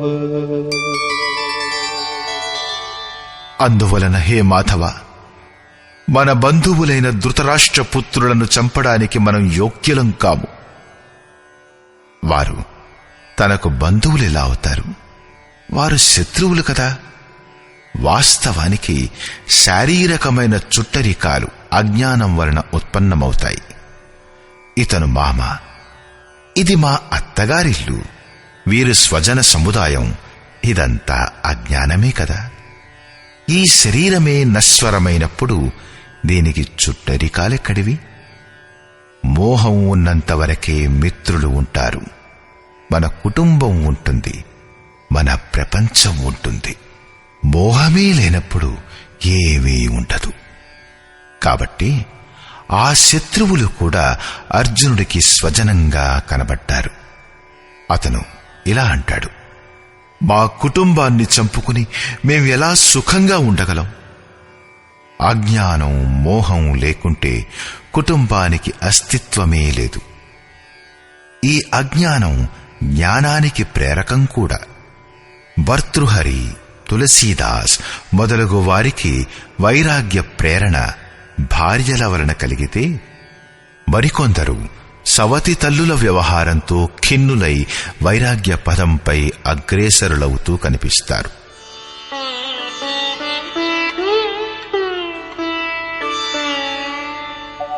యద్యప్యేతేన పశ్యంతి లోభోపహత చేతసః కులక్షయకృతం దోషం మిత్రద్రోహే చ పాతకం. లోభం చేత భ్రష్ట చిత్తులైన వీరు కులనాశనమనే దోషాన్ని, మిత్రద్రోహమనే పాపాన్ని చూడలేకపోతున్నారు. అది వారి లోపం. అయినా గాని కథం న గేయమస్మాభిః పాపాదస్మాన్నివర్తితుం కులక్షయకృతం దోషం ప్రపశ్యద్భిర్జనార్దన. హే జనార్దన, కులనాశం వలన జరిగే దోషాలు తెలిసిన మనం ఈ పాపాన్ని ఆపడం గురించి ఎందుకు ఆలోచించకూడదు? నేనే పాపాన్ని చేస్తున్నానని కాదు, మీరు కూడా తప్పు చేయబోతున్నారు అని శ్రీకృష్ణునిపై ఆరోపణ చేస్తున్నాడు అర్జునుడు. ఇప్పుడతనికి తెలిసినంతవరకు తాను శ్రీకృష్ణుని కంటే తక్కువవాడు కాదు. ప్రతి కొత్త సాధకుడు సద్గురువు శరణులోకి వెళ్ళినప్పుడు ఇదే విధంగా తర్కిస్తాడు. తాను తెలివితేటలలో తక్కువని అనుకోడు. ఇదే విధంగా అర్జునుడు కూడా అంటాడు. వీళ్లకు తెలియకపోవచ్చు, కాని నేను మీరు అర్థం చేసుకోగలవారమే కదా. కులనాశనం యొక్క దోషాల గురించి మనం ఆలోచించాలి. కులనాశనంలో దోషం ఏమిటి? కులక్షయే ప్రణశ్యంతి కులధర్మాః సనాతనాః ధర్మే నష్టే కులం కృత్స్నం అధర్మోభిభవత్యుత. కులం నాశనం అవడం వలన సనాతనమైన కులధర్మం నశించిపోతుంది. అర్జునుడు కులధర్మాన్ని, కులాచారాలనే సనాతన ధర్మం అనుకుంటున్నాడు. ధర్మం నాశనం అవడం వలన సంపూర్ణ కులాన్ని పాపం బాగా అణిచివేస్తుంది. అధర్మాభిభవాత్ కృష్ణ ప్రదుష్యంతి కులస్త్రియః స్త్రీషు దుష్టాసు వార్ష్ణేయ జాయతే వర్ణసంకరః. హే కృష్ణ, పాపం అధికంగా పెరగటం చేత కుల స్త్రీలు దూషితమైపోతారు. హే వార్ష్ణేయ, స్త్రీలు దూషితులవుతే వర్ణసంకరమవుతుంది. స్త్రీలు దూషితులవడం చేత వర్ణసంకరమవుతుందని అర్జునుని యొక్క అభిప్రాయం. కాని శ్రీకృష్ణుడు దానిని ఖండించి చెప్పాడు. నేను లేక నా స్వరూపంలో స్థితుడై ఉన్న మహాపురుషుడు ఆరాధనా క్రమంలో భ్రమను ఉత్పన్నం చేస్తే అప్పుడు వర్ణసంకరమవుతుంది. వర్ణసంకరం యొక్క దోషాల్ని అర్జునుడు వివరిస్తాడు.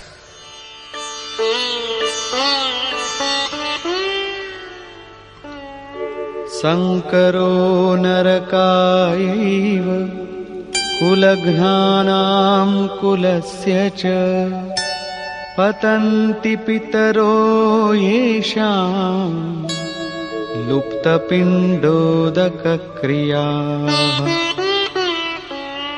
వర్ణసంకరం కులగ్నులైన వారి కులాన్ని నరకానికి పంపడానికి మూలమవుతుంది. పిండోదక క్రియలు లుప్తమైపోవడం వలన వీరి పితరులు కూడా పతితులైపోతారు. వర్తమానం నాశనమైపోతుంది. భూతకాలంలో ఉన్న పితరులు పతితులైపోతారు. భవిష్యత్తులోని వారు కూడా పతితులైపోతారు. ఇంతేకాదు, దోషైరేతైః కులఘ్నానాం వర్ణసంకరకారకైః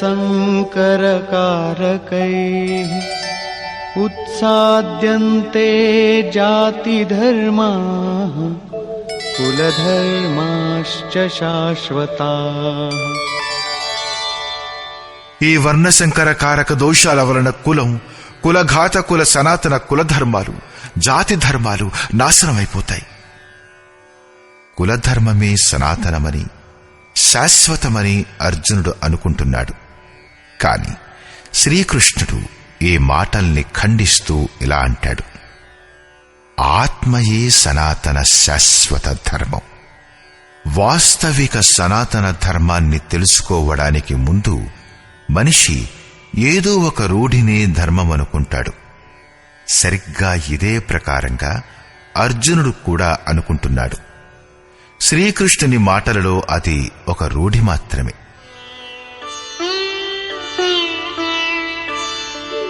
ఉత్సన్నకులధర్మాణాం మనుష్యాణాం జనార్దన నరకే నియతం వాసో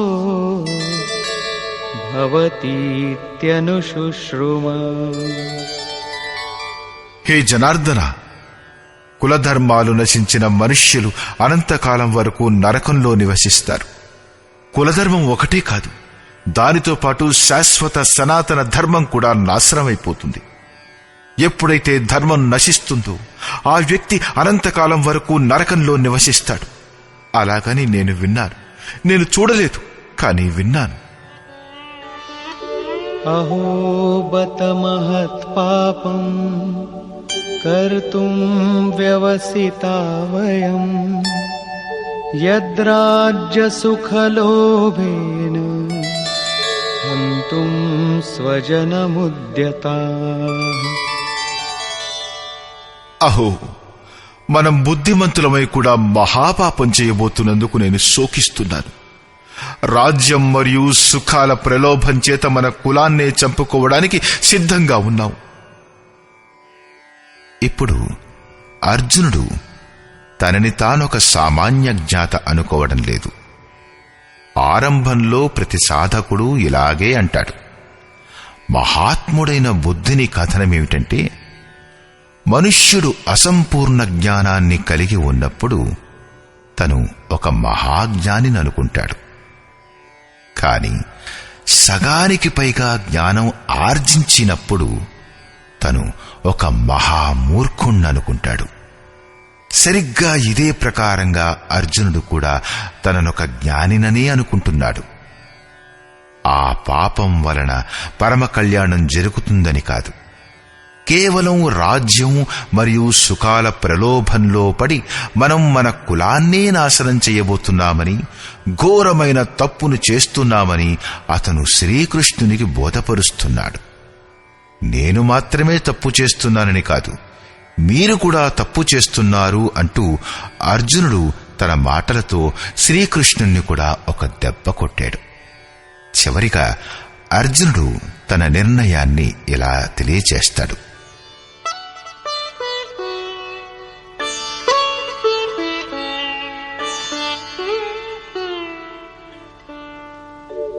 యది మామ ప్రతీకారం అశస్త్రం శస్త్రపాణయః ధార్తరాష్ట్రారణే హన్యుః తన్మే క్షేమతరం భవేత్.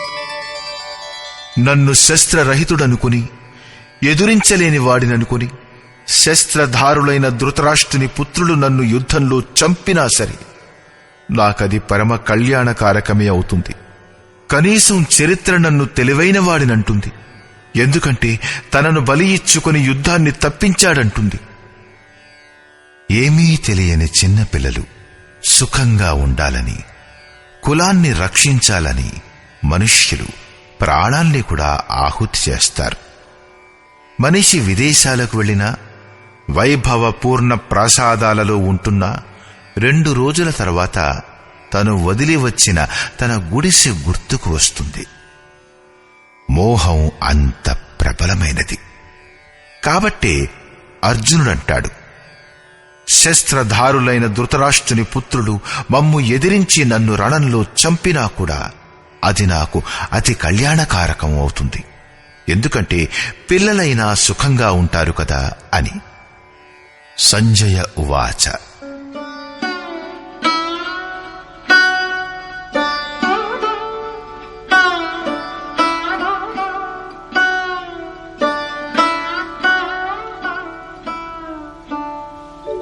ఏవముక్త్వార్జునః సంఖ్యే రథోపస్థ ఉపావిశత్ విసృజ్య సశరం చాపం శోక సంవిఘ్నమానసః.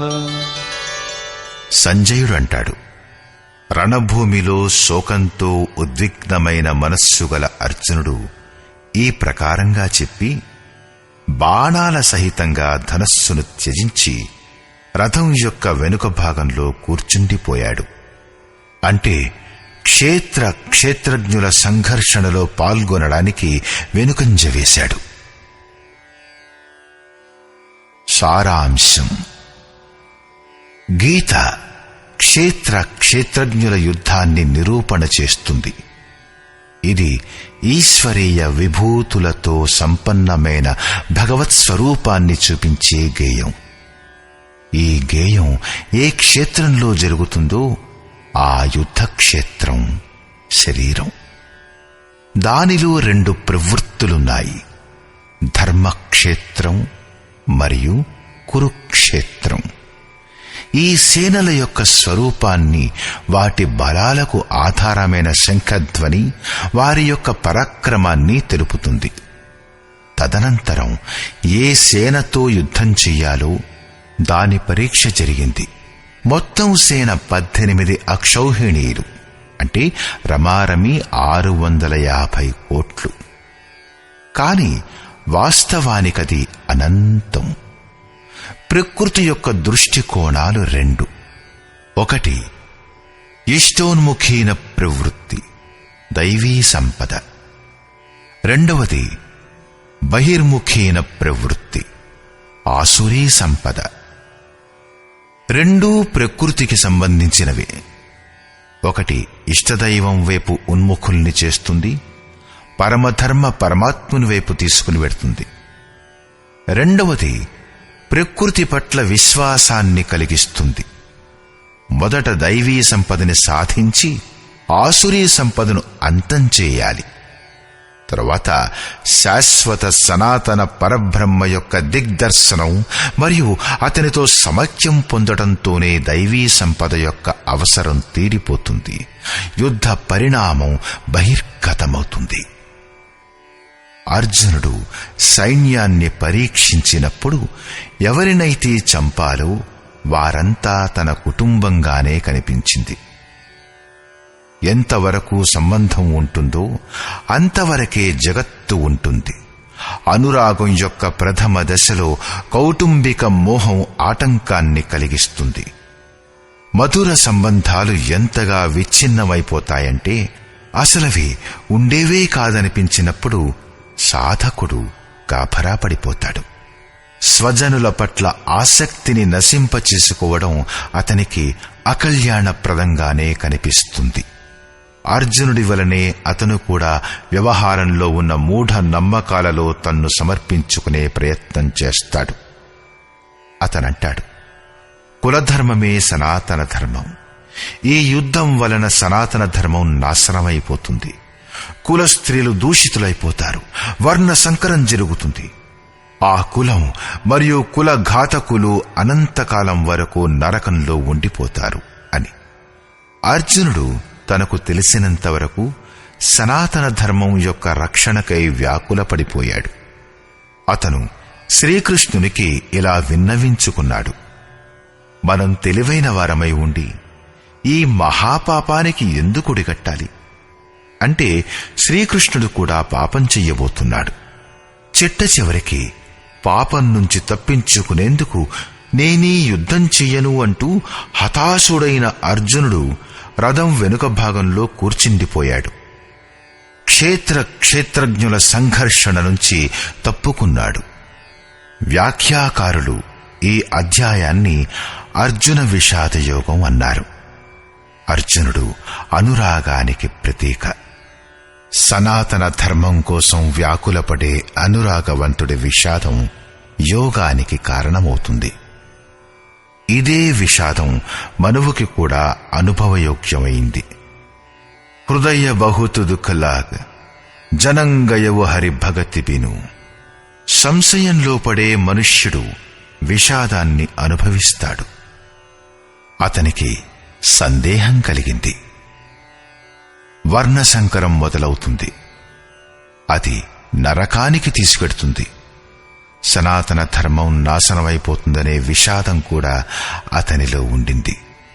అంటే సంశయ విషాద యోగం అనే సామాన్య నామకరణం ఈ అధ్యాయానికి తగినటువంటిది.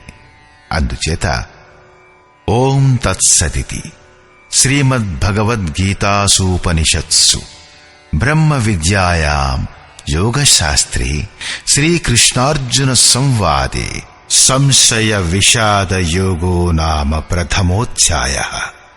ఈ ప్రకారంగా శ్రీమద్భగవద్గీత రూపమైన ఉపనిషత్తు మరియు బ్రహ్మ విద్యా యోగశాస్త్ర విషయకమైన శ్రీకృష్ణుడు మరియు అర్జునుల సంవాదంలో సంశయ విషాద యోగం అనే పేరుగల ప్రథమ అధ్యాయం పరిపూర్ణమయ్యింది. ఇది శ్రీమత్ పరమహంస పరమానందస్య శిష్య స్వామి అడగడానంద కృతే శ్రీమద్భగవద్గీతాయాః యథార్థగీతా భాష్యే సంశయ విషాద యోగో నామ ప్రథమోధ్యాయః. ఈ ప్రకారంగా శ్రీమత్ పరమహంస పరమానంద గారి యొక్క శిష్యుడు అడగడానంద గారిచే రచించబడిన శ్రీమద్భగవద్గీత యొక్క భాష్యం యథార్థ గీతలో సంశయ విషాదయోగమనే పేరుగల ప్రథమాధ్యాయం పూర్ణమయ్యింది. హరి ఓం.